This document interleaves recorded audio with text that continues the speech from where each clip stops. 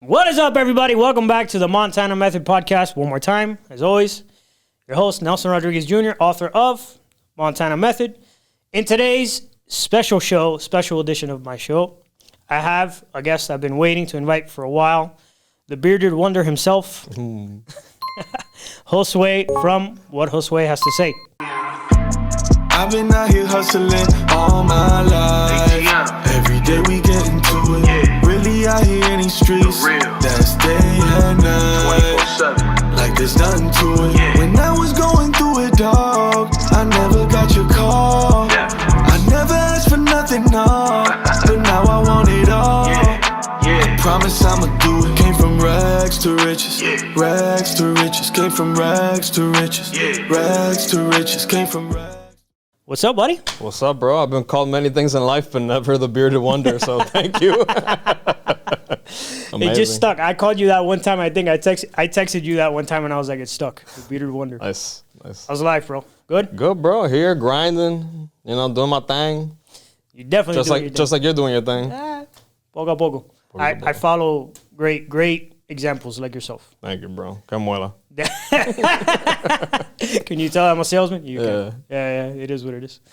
So you're part of what I call the Miami Famous crew. That's a real thing.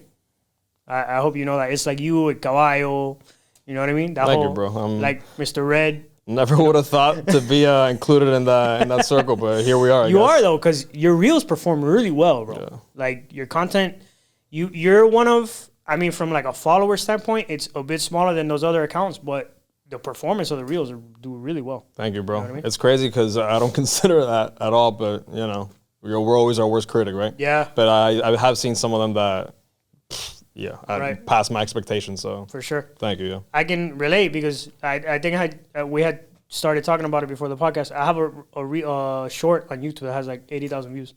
And it's always the short that's like, the short is so whack, bro. Like, bro, it's funny you mentioned that because I have like 2 or 3 going viral right now that are old that I keep getting like updates on, and one of them is I don't know if you remember the one I did with the croqueta. That it's like, bro, and I swear to God, I'm so upset. I'm like, this is like so uncreative, so lazy. I did it like off the whim, and this is what people gravitate towards, right? Like.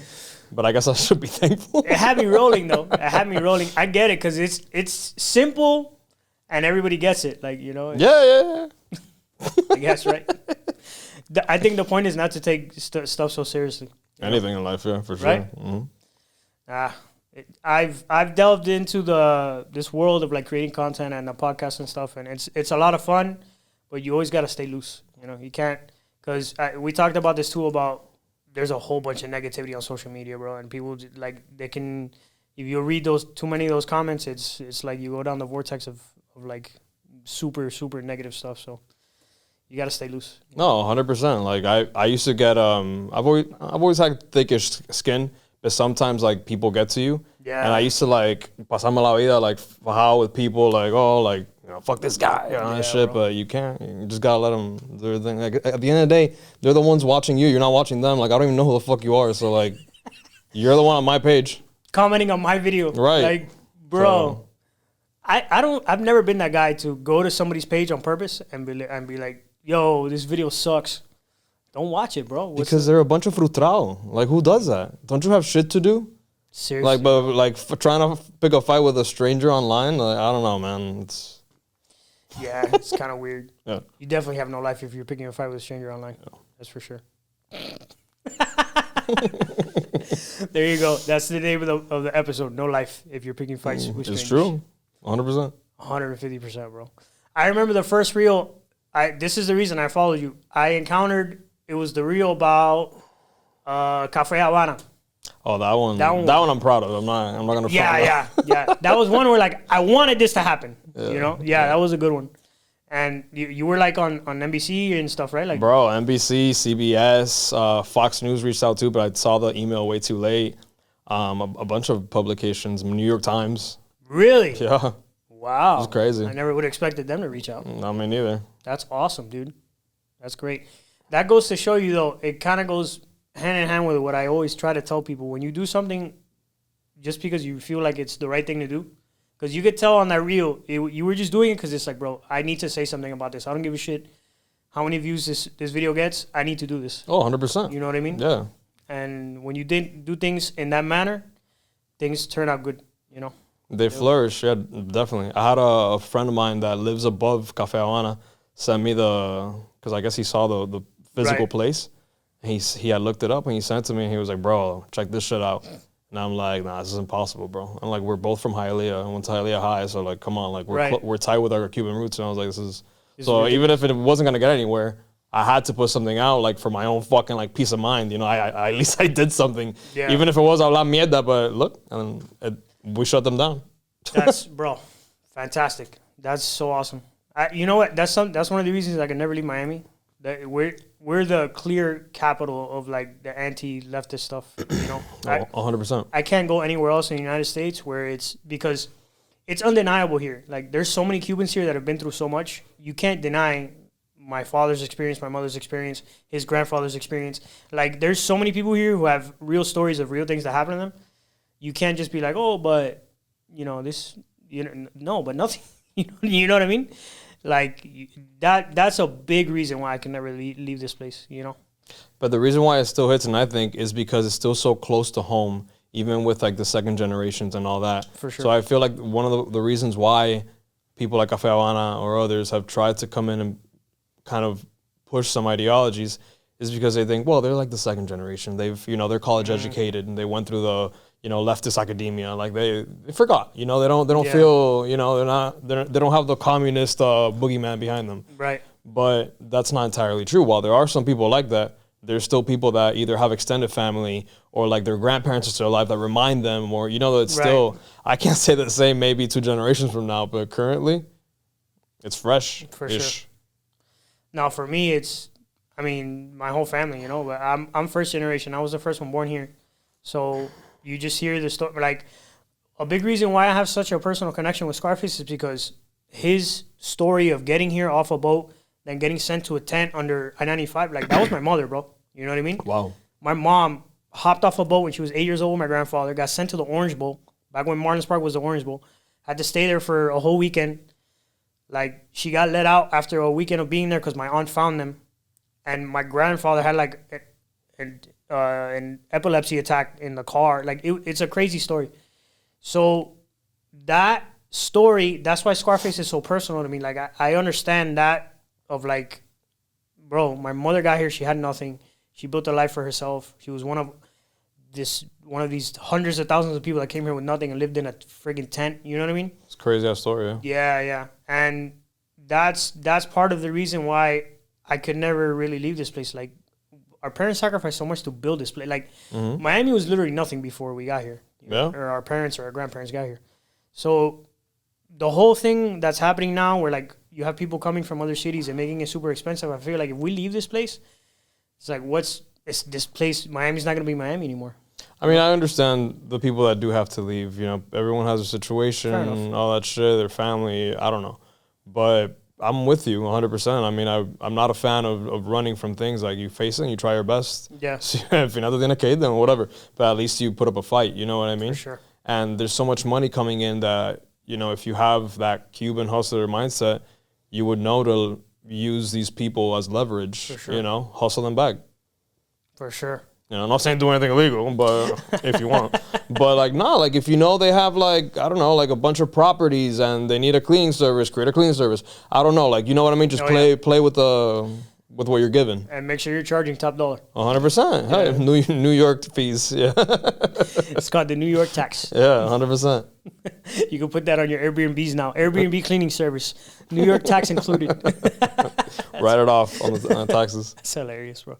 Yeah, man, I'm with you. That's why a lot of your content resonates with me, because we have a lot in common. And it's only, you have to be born and raised in Miami to understand it. Like, there's no other city that's like us that kind of has that culture and these connections and being so close to your roots. Like, Cuba's 90 miles away, bro. You know what I mean? Like, I feel like if you're in New York and you're a Puerto Rican or a Dominican or any other country, it doesn't even have to be a Hispanic person. Yeah, you're first generation, you're in New York, you probably have, like, a community, but, like, bro, you don't have Puerto Rico, like, literally, like, oh, hey, it's right there in the ocean. Yeah, it's definitely not the same, and I think, like you said, the proximity to the island makes a difference. For sure. Big time, yeah. Huge. Mm-hmm. Definitely, man. So, me personally, the first kind of glimpse I got into social media and the power of it was actually, it's funny that happened to you with the Cafe Havana video. With me, my first video that ever went viral and got like a whole bunch of views was a video I did like in my room. Bro, I hadn't shaved. I was like in a t-shirt. I hadn't gotten a haircut. I looked horrible. And it was a video I did on July 11th. Okay. Back in, was it of 20, right? Was it in, no.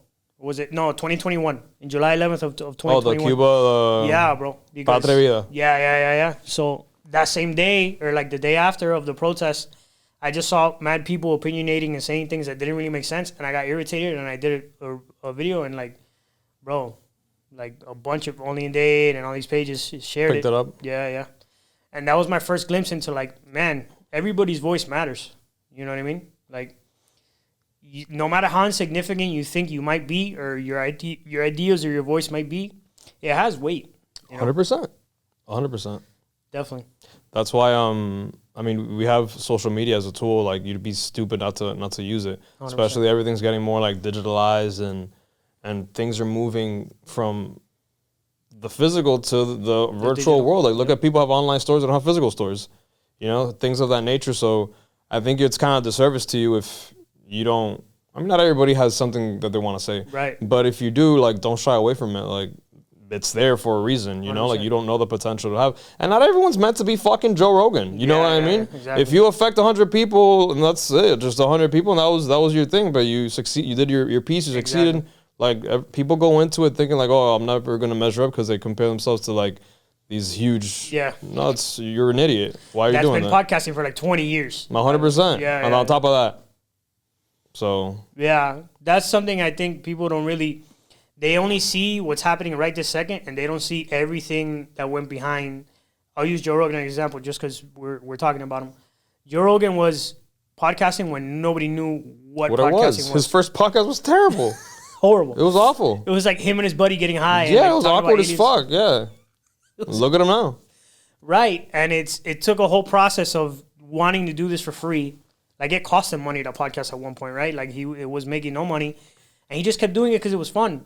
And then it turned into this thing where, you know, he just outlasted everybody pretty much, you know? Now he's the king. He's the podcast king, almost literally. He has a larger following than, I saw this, I forgot where I saw it. They put like 5 news networks together, and he's like, bro, his following is bigger than all of them combined 5 times over. It's nuts. Wow. He has like 40 million people. I mean, well, that's why he got paid $100 million by Spotify. $100 million, guy. That's to talk shit, guy, and get high, guy. Isn't that's careers in 2023. That's awesome. That's awesome. Not including sponsorships, not including, bro, that's just like Spotify being like, yo, all right, come over here, forget about YouTube. By the way, I didn't ask you if I could curse on here, and I've been just saying like fuck shit, slut bitch. I wrote a book that's a spinoff from Scarface. Are you kidding me? Valid point. No, don't curse. Valid point. Bro, he starts off the movie by going like, no, fuck no. You know? True. All right. Yeah. Oh, you're good here, bro. You're cool. good. You're friendly territory here. It's, you know, we believe in freedom of speech, so go for it.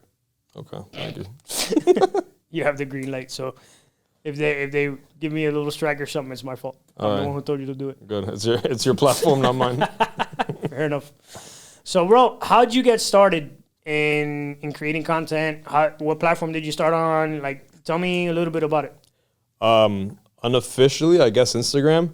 I had at the time my personal Instagram account, and I would just get like bored in traffic, Miami traffic. Obviously, You still kind of do that stuff on your stories. Yeah, so I kept it kind of alive because it was kind of like the seed of it all type of thing, and I still kind of get bored in traffic sometimes. Or like, I don't know, it's kind of like when you're in the shower and just random ideas come up to you. Yeah. That happens to me when I'm driving often, so I'm just like, let me just record it. Yeah. Right. So I started on my personal, just talking shit, and then eventually like people that followed me because they knew me personally was like, yo, you should like make an account. But I never took it seriously because me, never. Like, you know what I mean? Like, same thing everybody thinks. Right. Yeah.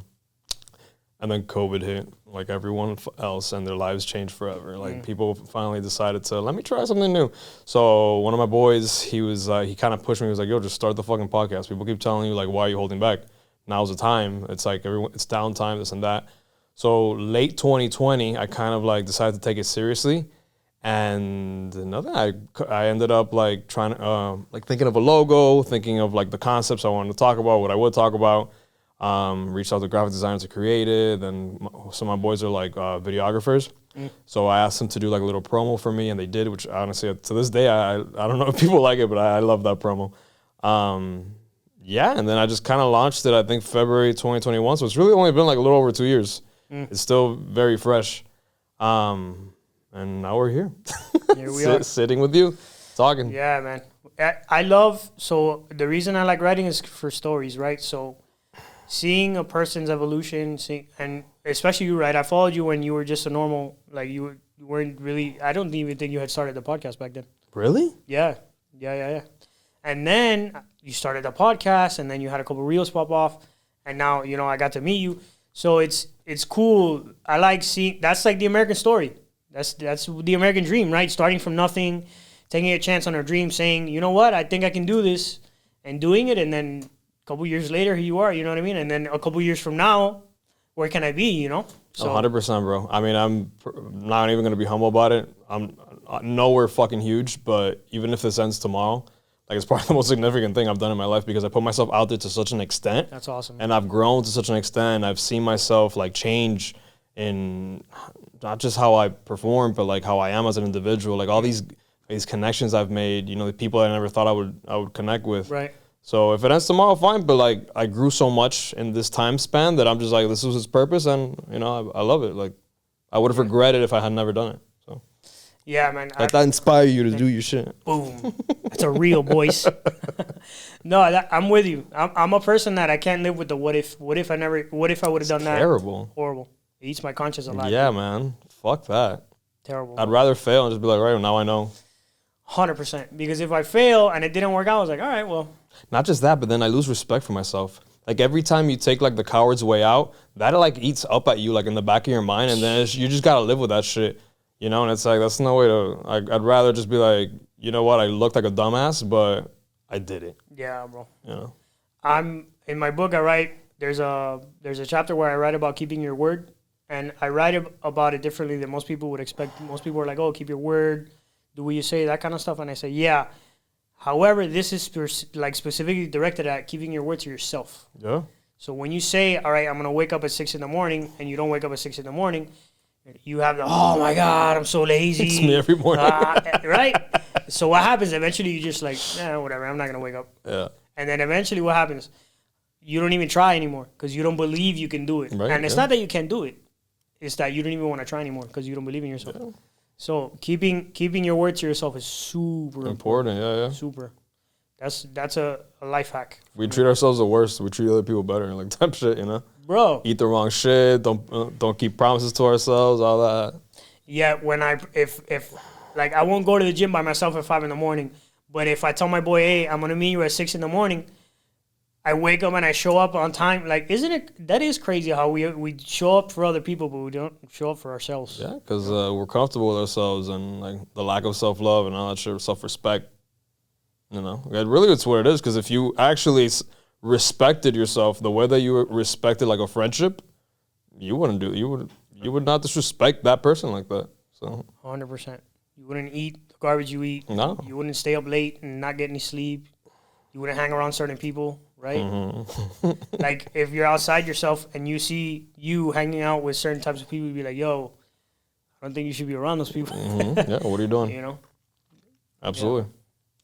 It's interesting. The human psyche is like the brain, the way the mind works it's such a trip, you know? It's a good example of this. I know a lady, she just did gastric bypass and she lost a lot of weight.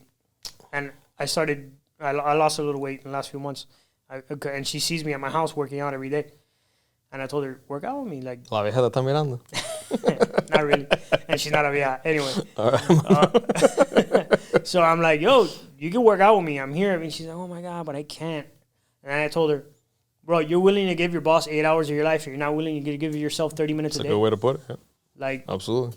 It doesn't make it, when you put it in that kind of perspective, it's like, wow, you're right. Like, damn, that's crazy. 100%. You know, so perspective at the end of the day. 100%. Perspective. And so what you said, everything in life is how you word things, bro. The right words can make anything happen. Anything happen. Anything. Yeah. Very good. I've been in so many circumstances where just because of how I said something, like things worked out, and literally the person was like, "Bro, if you wouldn't have said this, we wouldn't." Yeah, bro. Like, An effective communicator has like the world in the palm of their hand. If you know how to phrase things the right way, use the right words, tones, and or even identify the moments when to say things, bro, you're an expert manipulator. Like you got anything in the world is yours. Have you noticed that every success story I've ever heard came down to like one pivotal moment where the person met the right person or said the right thing, or it always comes down to that one little. I don't even know what to call it, but it's always that one moment. It's a moment, yeah. Yeah, and it always comes down to how they communicated, and a person that just received a message and was like, "All right, I like this message. I'm gonna buy into this person." Sure, yeah, you know? absolutely. I've heard it in so many different stories, different people. Even myself, I can say those stories. And you're right. An effective communicator really is unlike any other person on this planet. I think that's the one. Well, you're in sales, you know. Like you have to have that gift, otherwise, you're not gonna sell shit, bro. I know. So I've seen really good salesmen.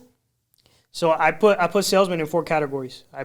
There's really bad salesmen that suck. There's really bad salesmen that are good, but they're just not doing things the right way.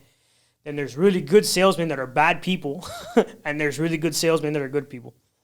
So it's a combination of people skills and personality. Really is like skills and personality is kind of like that makes sense. How you put it together. And let me tell you, I've seen really good salesmen who are horrible people, and I've seen really good salesmen who are good people. And the only difference is really like, because they can both come off as nice or doing the right thing. The main difference, I think, is how they look at the world. It's like perspective. You know what I mean? So I don't know if you know this. So I'm into storytelling, right? There's the hero and the villain. The hero and the villain, the only thing that differentiates one from the other is the way they see the world.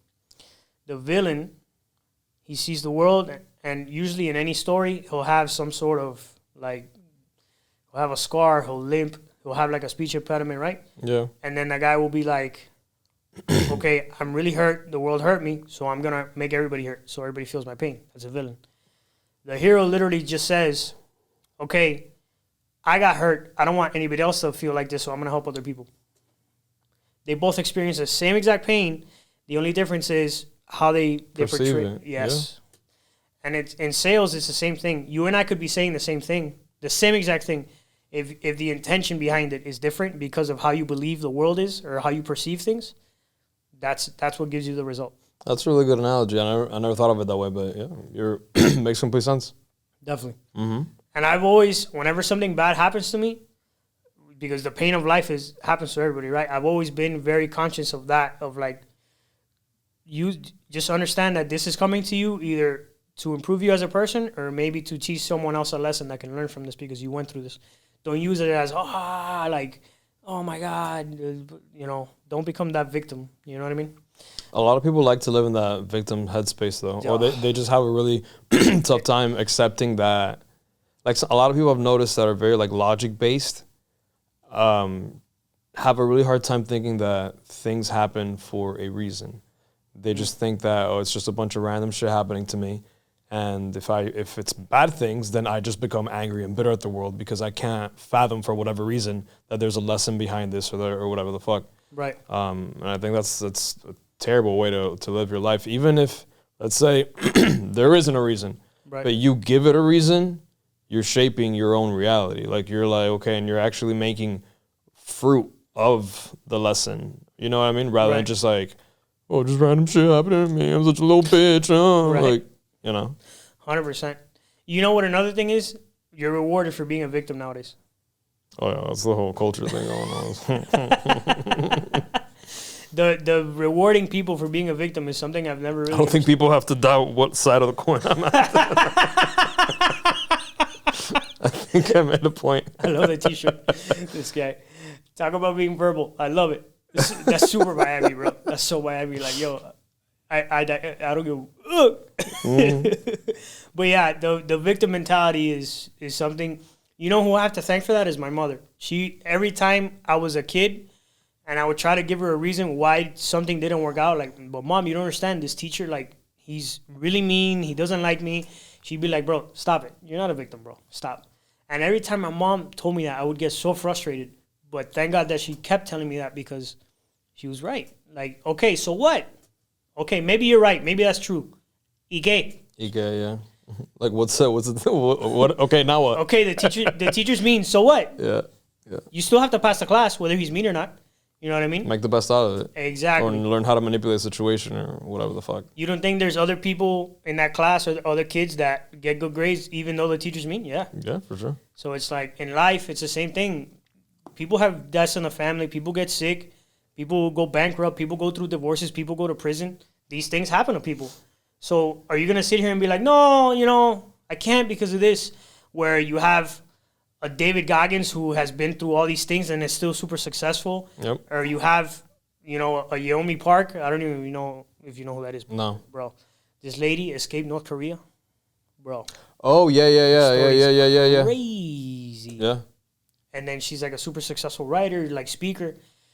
You hear these stories and you're just like, dude, like, what excuse do I have? You know what I mean? Because that's the thing, that victim shit is a product of basically just the U.S., maybe England, like these countries where people just are comfortable enough that they have the luxury of labeling themselves victims for stupid little shit that goes on in everyone's fucking life. Yeah. When you're an immigrant, you come from a country that you were taught to face adversity, you don't have time to be no fucking victim. Like, you'll die, you know what I mean? Like, you make best of the situation, you level the fuck up, and you make things happen. And that in turn shapes you and makes you able and capable and skillful and confident. You know what I mean? Whereas if you have all your shit handed to you and just like, oh my God, but like life and all that shit, you're not gonna make it, man. Like, 100%. No, this is what we're seeing. It goes back to, what's that analogy? It's strong men make peaceful times. Peaceful times make weak men. Weak men makes tough times make. So it's like that cycle. The cycle, right? yeah. Yeah. We're now in the peaceful times make weak men. Yeah, and then going into the weak men, a bunch of us are having to toughen up. Bro. Oh my God, it's we'll see. Eventually things turn the tide. Nothing's eternal. So we'll see where everything goes. I have hope. I think by like when we're old men is when we'll get to like the good times, creating the weak men part again, and just hopefully, people learn from history this time around. But no, I don't think we ever will. We're just doomed to. But the good news is we're coming out of the out of that part of the cycle. Coming out or going in? Tell me. That's actually a good question. I don't know.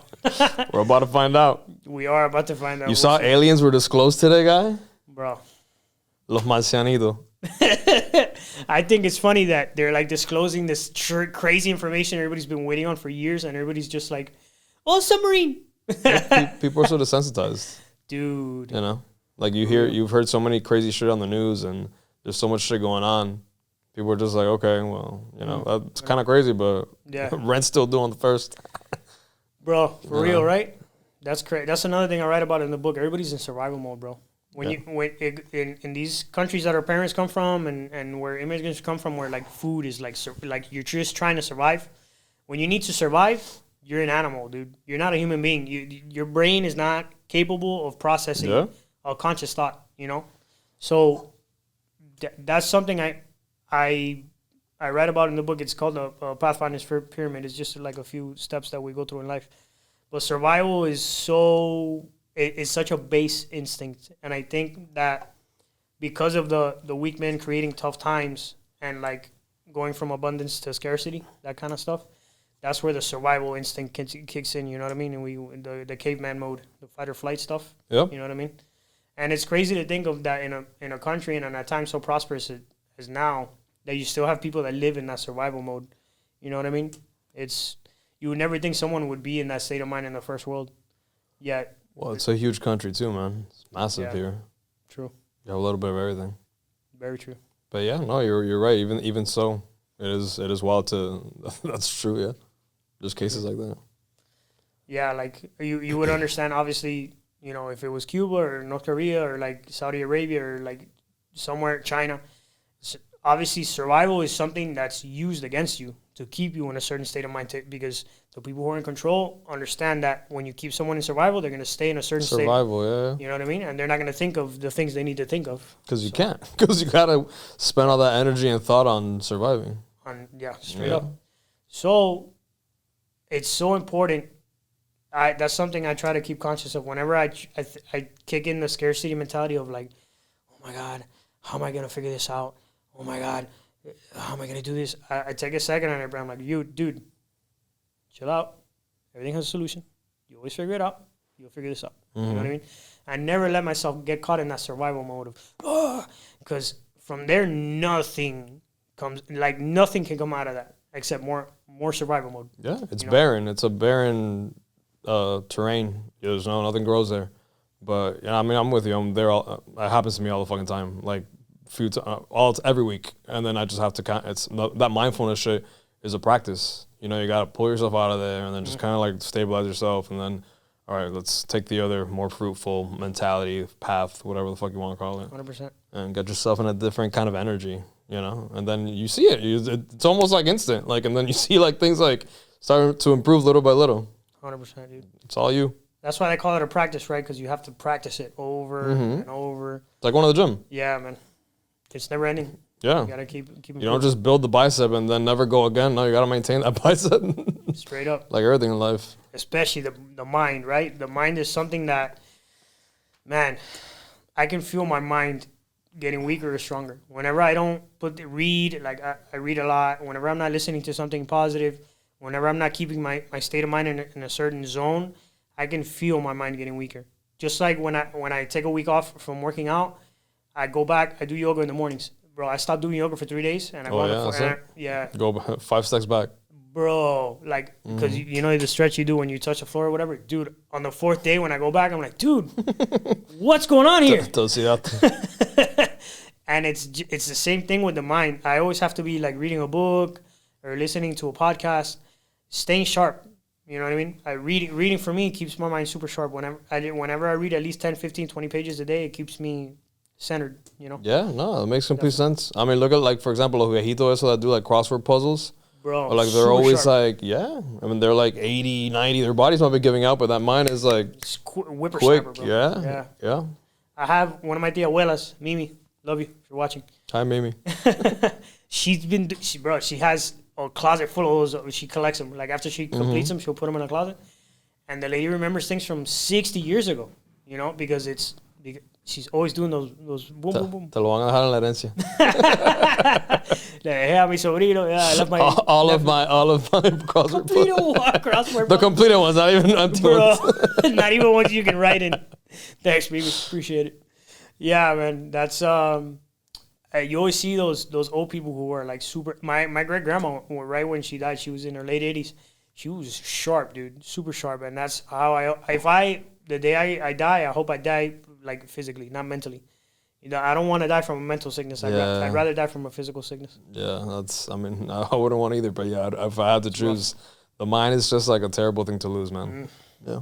My grandma has Alzheimer's. It's terrible, bro. And she's starting to like slip away little by little. It sucks. It's crazy because she remembers me no matter what. Really? Yeah. So you feel like, wow, like. Porque tú eres el niño en la casa. I'm her only grandson. Oh, there you go. Yeah. Yeah. But yeah, the mind it's a crazy thing. Yeah, bro. Full circle. It's the mind, man. The mind. And it's funny because the mind isn't the brain. No, absolutely not. The brain is just the carapacho, the computer, the hardware. The mind is the software, right? There you go. That's like the best. I think that's the best way to contextualize. Yeah, it's true. So, everyone has different software. Yeah. Everyone has the same hardware, though. Here's what I think. I think the brain is the hardware, right? The mind is not. It has nothing to do with physical. The mind is like, it's this space. Correct. Yeah. You know, you've gotten a great idea, right? Mm-hmm. I believe those ideas come to you. They don't come from you. I agree. You channel that. You download that shit like a computer. Yeah. And wherever we're downloading that from, that's the mind. You know what I mean? I don't know what it is. I'm not going to give it a title because I honestly don't even know what it is. Well, the universe. Like that's like if you look up like you should read up on Hermeticism. Hermetics is like what the Egyptians practiced, whatever. There's a bunch of teachings on it, and one of the 7 like Hermetics is basically that the all is mind and the mind is the universe. Basically, like as above, so below type of thing. So like it's basically saying your mind in itself is like a universe. You know what I mean? It's like a juxtaposition. Like it's like one is the other type of thing. You know. So yeah, who knows? Like a lot of people also compare it to like the way that computers work, like a router. Like your brain's a transmitter. You know what I mean? Whereas you receive, but you also like put out type of thing. So yeah, like a collective consciousness. You know what I mean? I'm a super believer that when you create something, or when you realize something or an idea comes to you, that's kind of like in the collective consciousness. So maybe one day that knowledge will be out there for someone else to kind of pull it from the cloud. Yeah, the cloud. That's where they got the cloud. That's where they got the concept. That's what I'm saying. Everything we invent, it's again like part of Hermeticism is as above, so below, as within, so without. So everything we make is likely like a symbolism or a metaphor of the whatever is already in the universe. Right. So that computer, a router, it's like how we work with the universe, the same exact relationship. 100%. But we created, a technology that resembles that without really knowing, But there it is, manifested. For sure. And I feel it too. When I get these good ideas, it's just you feel like it's coming through you, right? Especially when I'm a writer. So I write, and when I write, I can't stop writing. It's just, oh my God. And when I can't write, I can't write. It's either... A block, yeah. So I feel the information or these words coming to me. I literally feel it coming to me. It's not coming from within.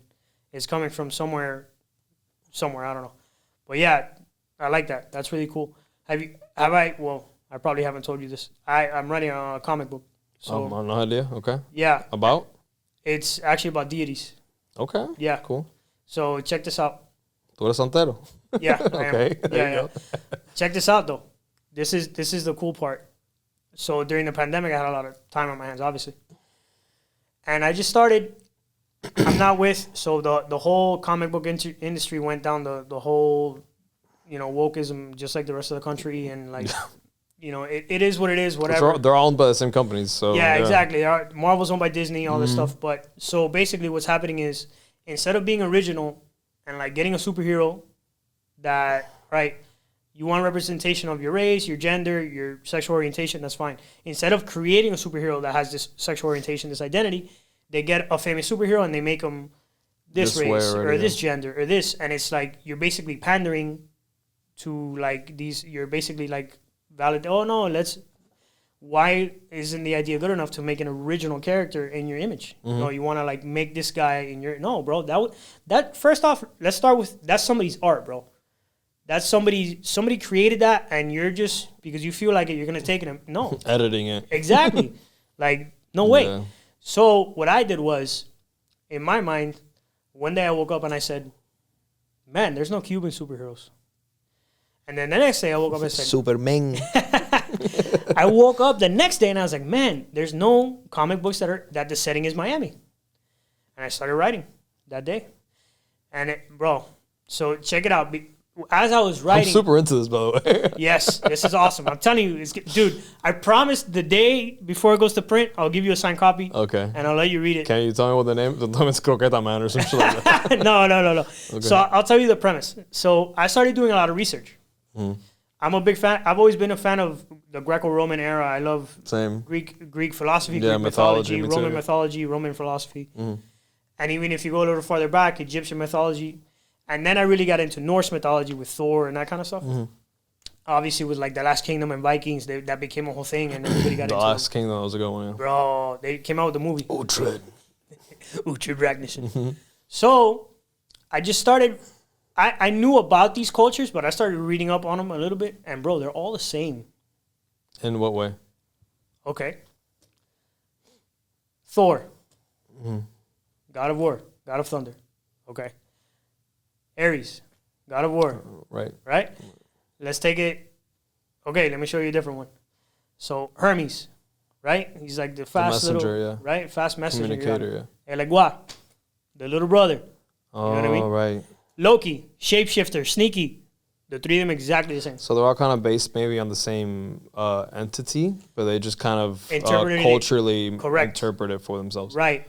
So I don't know the truth whether these deities were real or not. I don't know if they were just regular people that got interpreted in this way. I don't know if they're aliens. I don't know if they're gods. Yeah, who knows? I don't know what they are. What I chose to believe was that they were the same, and each culture just kind of saw them in a different way. You know what I mean? Well, look, like you just said, the Romans and Greece, Zeus, Jupiter. Exactly. Right? It's the same, but it's the same fucking exact guy. thing, Yeah. right? And then Zeus is Odin. It's the same exact thing, right? Yeah. So you see, I saw all this and I was like, bro, this can't be a coincidence. This just has to be different cultures that lived at different times and they kind of just interpreted things in their own way. So I was like, let me go way back. Let me go really old. Like, who's the oldest one? And Egypt was like, okay, but then the Africans, like, the Santeria stuff is old, bro. It's like 10,000 years old. Yeah. Everything African's super old, man. Right? So I was like, you know what? And that's how I kind of got the idea, to come up with a... But you didn't tell me what the premise was. Or do you don't want to... Yeah, I don't want to. Okay, all right. You should have just said that. All right. Well, when you do put it out, come on the pod because I want to, like... Thank you, man. Yeah, bro. That'd be super cool. Yeah. Like a Cuban comic book? Come on, like... No, it's going to be... Listen, I walked into... Cool. I was just, like, curious to see if people would like the concept, and I kind of just said what I said to you to... I mean, I love it, but I'm biased. So. Right. No, but I walked into comic... Because I buy comic books every once in a while. I like Batman. So I walk into the comic book store, and the owners know me because I shop there every once in a while, and I told them, hey, listen, I'm writing a book about this. You think this would sell? And they'd be like, bro, the second you finish that, you bring that straight to me, bro. Like, bring it here. Don't bring it to other shops. So I'm excited, man, because I have the main story written out. I'm just missing some little things to connect certain things that happen within the story, and it's done, bro. So Does he go around Brickell? Like, is that his, like... Because Brickell's very New York, Chicago, like, Gotham City. Or... yeah. No, I'm using different parts of Miami and different parts, like, yeah. La Sabuesera, Hialeah's in there, you already know, right?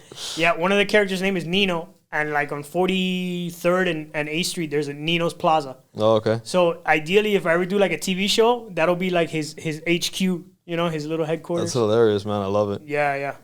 I'll tell you more about the story after. All right. Yeah. I'm excited about it, man. Ideally, I want to sell a comic book and for it to do well, but I want to turn it into like a TV show, something live. It could definitely happen. Definitely. Yes, I am manifesting. Anything's possible. Yeah, hell yeah. Especially now with Miami being like, the hub type of thing. Dude. People take more interest in Miami and its cultures, so. Yeah, for sure. Who's to say? And you know what's another reason why I did it? A big part of this is to bring my culture to the world. You know what I mean? And I thought of this as such a cool way to bring Cuban culture to the world through a mainstream comic book. And like I was saying before, since a lot of the stories that are coming out in comic books suck, most people, a lot of like indie comics are in. Like, I don't know if you've heard of Invincible, but... No, I'm not big on the... I like comics, but but not like... Yeah. Invincible was like an indie comic, and it became a series on Amazon. Nice. Indie. Oh, Invincible. Yeah. I haven't watched it, but I've seen the... Yeah. So, and then you have like Netflix picking up another one that was called Jupiter Rising. No, not Jupiter Rising. Jupiter Ascending. Yeah. Indie comic. So... I had no idea those were comics. Yeah, those are and they're indie, like completely... They're not DC, Marvel, So that gives creators... That should make creators excited. Because we're living in a new era where... Correct, yeah. Inspires more creativity and just regular inspiration that you're actually going to get somewhere. For sure. Yeah, and now with AI, bro... That's a different story, That's bro. crazy. That's a whole fucking... podcast on it. Not a podcast episode, podcast Yeah, of its own. they could just go in on AI. It's crazy. Yeah, that shit's fucking wild, man. I've seen it do a lot of really good things, but obviously if it keeps evolving and it grows a consciousness and all that, I mean, Elon Musk keeps trying to warn us. Bro, I think I heard this for the purpose of this podcast. Let me see if I don't butcher it because I don't remember because I was listening to it. But when like you're doing things and you're listening to things in the background. So I don't know if it was a TikTok or a YouTube video that I was thinking about. And you know how in Greek mythology, humans are created by Zeus, I believe, right? Yeah. But Zeus holds back fire from humans. Right? And then I think it's Prometheus that gives them fire. Fire, right? The guy did a terrific job of correlating this to the but I'm gonna keep it. You know how he punishes Prometheus for doing it? He ties him to the mountain and they eat his liver every day and he regenerates. Yeah. So the comparison there is humans are being Zeus creating humans, which are really the AI, then withholding the fires, your creativity, your spark, your self-awareness, consciousness from these AIs. Wow. Eventually giving fire to the humans, or consciousness to the AI, and then the gods, humans, becoming afraid of. That's why they never wanted them to have fire. Bro, that shit blew my mind. They went to Pandora's box and all that shit, and I was like, bro, I hope I got saved it or some shit, because I. You know what's crazy? A lot of these biblical stories can be interpreted that way. Oh, 100%. Yeah. I've seen so many different situations in my life where I'm not a Christian, but I like spiritual writing anywhere, in any culture. Mm-hmm. I'm open to reading it because of that, dude. Yeah, I think it's fascinating, yeah. Bro, super, super, super interesting how someone wrote that like 3,000 years ago. Or more, maybe. I don't even know, yeah. And see how someone in 2023 can read that and interpret it and be like, bro, that's what's crazy, right bro. Now. Yeah. You know? It's insane.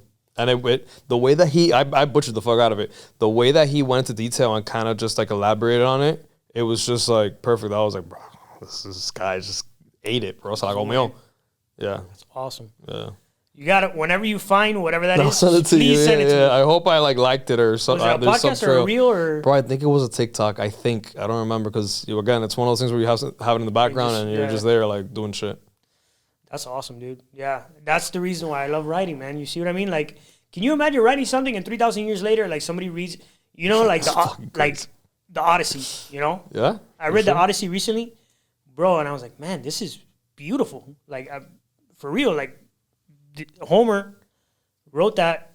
I don't know how many, and I'm reading it now, and it's like, wow, So, yeah, that's the reason why I wrote the book, because the book is forever. Someone can pick up my book 50 years after I die and be like, that's true, man. Yeah. That's who this was. It's like memento for your life. Like 100%. You live on. For sure, man. There, who is it? I think it's which is the Jewish scripture? What's the name of the book? The Quran is Muslims, right? And then the Bible's Christians. The Torah? The Torah. The Torah says every man should have children, plant a Talmud tree. Is the Talmud? No. Is it the Talmud? The Torah, the Talmud, I don't know. I'm sorry, Jewish people. Anyway, plant a tree, have children, write a book. Yeah? Yeah, because those are all things that outlast you.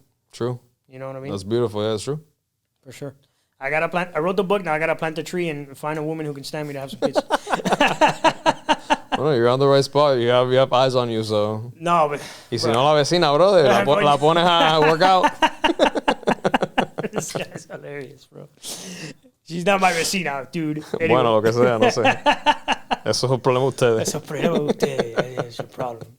Anyway, no, dude, but yeah, that's why family is such a big thing, because you're leaving your legacy. You know what I mean? You're passing down your wisdom to your children. For sure. I think that's part of why people have families and kids.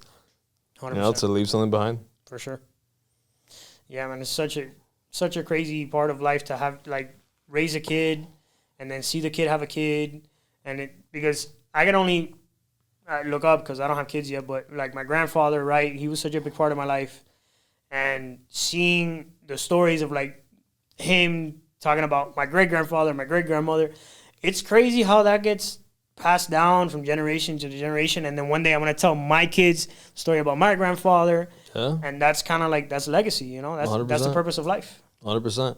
It's like when my grandparents specifically told me about like their parents and grandparents. Right. And while I've never even met these people, it's crazy how they live in my mind, because they tell you stories and you make up the imagination of whatever moment they're describing in your head, and then you could almost see. Well, you see a picture, right? And then you kind of like just recreate. Picture. Yeah. So it's crazy. Like you're giving them life in a form in your mind in that specific. That's why. And these people are long gone. I have no fucking idea. Yeah, but their memory is immortal. Right. You know what I mean? It never. That's why it's so important to leave something behind. Be a good father, be a good person, be a good friend, because those moments and those memories are what lives on forever. Mm-hmm. You know what I mean? Yep. Doing significant things. All these people that we're talking about, the Greek era and Alexander and all these people, They did things. They did great things, and their memory is immortal. Their body might not be here, and their spirit is God knows where. But because of the things you did and the legacy you left, that's how you become immortal. You know what I mean? And I think more than anything, being a positive example for the next generation and the generation after that, and hopefully you become, you accomplish things to where you're affecting lives a couple thousand years later. Isn't it crazy how like most people, like as soon as your lineage kind of dies out, like you're just forgotten, and then there's people that just live on forever. That's crazy, right? It's kind of weird. And like I don't know. Let's think of I don't fucking know. Like somebody in history that didn't have kids? No, Martin Luther King, for example. Right. He will live on forever. Forever, dude. Right? Like, but people that were probably born around his time, they probably have like great grandkids now, and then nobody knows. Not even their family talks about them. So they're technically just died in the memory of everybody. So they don't even exist. They don't even exist. They don't exist in the physical. They don't exist in people's minds. There's people like Martin Luther King, like they just kind of that lives on. It lives forever. Yeah. Yeah, man. That's what I'm saying. Like you gotta go for it and do big things and do that. If I don't chase what lights my heart on fire, I just feel like I'm not living life, bro. Yeah, I'm the same. Yeah. That's why I love being here and doing this and podcasting and writing and doing my business ventures, is because it's just in my heart of hearts, I feel like it's right. I feel like it's what I should be doing. Same. Yeah, it's awesome, bro. It's the same for me. And before like this whole thing, I really enjoyed like connecting with people. Like I thought that was like my passion at the time. Like it's just having that connection, but like, well, something of value came from today's connection, whether it's at a park or at the bar or whatever the fuck. Right. Like that was like sometimes because I get drained really easily from people. Well, podcasting is a good tool for connection, right? Because you get to filter out and choose who you put on your podcast, right? Mm-hmm. And then you have a conversation with that person that's immortalized, literally immortalized. It's not a memory. You're recording it. It's on the internet forever. These two people, the history knows these two people interacted, the things they said, and then look at all the podcasts that are like doing that, what we're talking about, like Joe Rogan. And I'm not a fan of Call Her Daddy, but she's huge now. These people are having conversations, and these conversations, people love them, because they're doing good things. It's crazy, bro. It's crazy, man. It's crazy, man. Yeah. It's awesome. Josue, thank you so much for coming, bro. Bro, thank you for having me, bro. Bro, of course. Guy, bro. Ay, bro. Come on, bro. Ay, bro. Great combo. we touched un poquito por todas partes. Un poquito por todas partes. A little bit of everything, You all know. Yo soy un magnate. I love it. Bro, I still don't. What does magnate mean? Like mogul? Magnate? Like I think it's a mogul, yeah. Like a big business guy, like big a person. Okay. Yeah. Like magnate. My grandpa would say that shit all the time. I'm saying a word, I don't even know what it means. Yeah. So I typically wrap up my podcast just asking everybody 3 questions. So 1, what inspires you? What inspires me? Damn, bro, I don't think you were gonna hit me with the heavy hitters.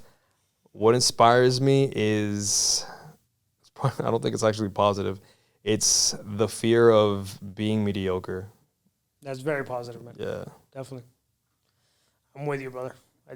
Bro, I fear being average with every fiber of my being, dude. And my definition. Like, I don't go fuck if someone thinks I'm basic, then whatever. Fuck you, but it's what I think of myself. Exactly. Yeah. And for the record, based on the things you're doing, your definition of whatever is above average or great or successful, keep it up. Thank you, bro. It's very kind. Definitely. Appreciate it. Yeah, man, I'm with you. I fear being mediocre, being average. Call me anything. Call me crazy. Call me insane. Call me out of my mind. Don't call me average, bro. That's a bad one, bro. I would rather them call me all those things. I'd rather you call me like a douchebag. Call me whatever you want, but don't call me average, Yeah.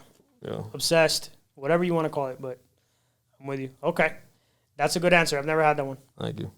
Second question. What's next for Josue? Probably merch.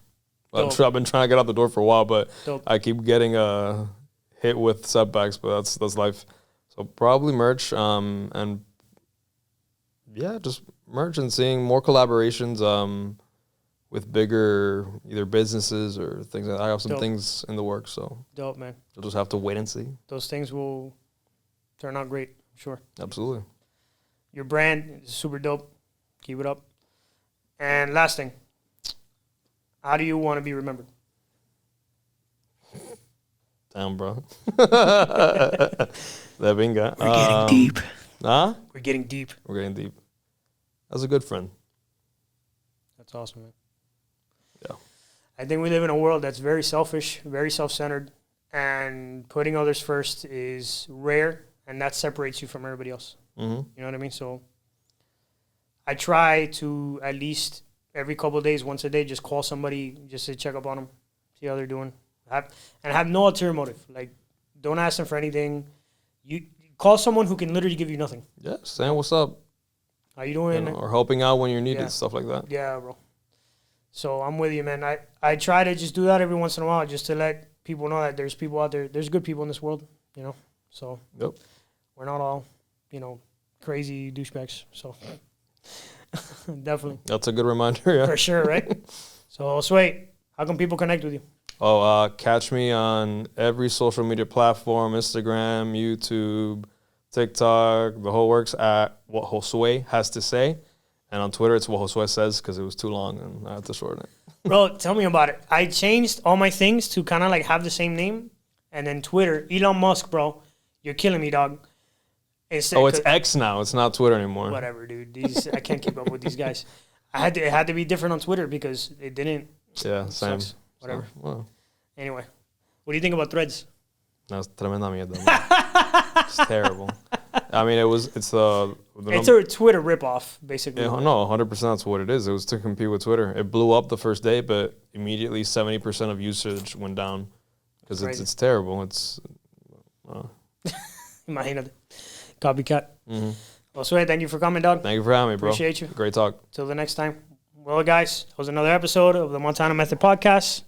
Nelson Rodriguez Jr. signing off. As always, push it to the limit. The world is yours, and if you are not chasing a dream, life is meaningless. To the next one. I've been out here hustling all my life. Every day we get into it. Really out here in these streets. That's day and night. Like there's nothing to it. When I was going through it, dog, I never got your call. I never asked for nothing, no. But now I want it all. I promise I'ma do it. Came from rags to riches. Rags to riches. Came from rags to riches. Rags to riches. Came from rags.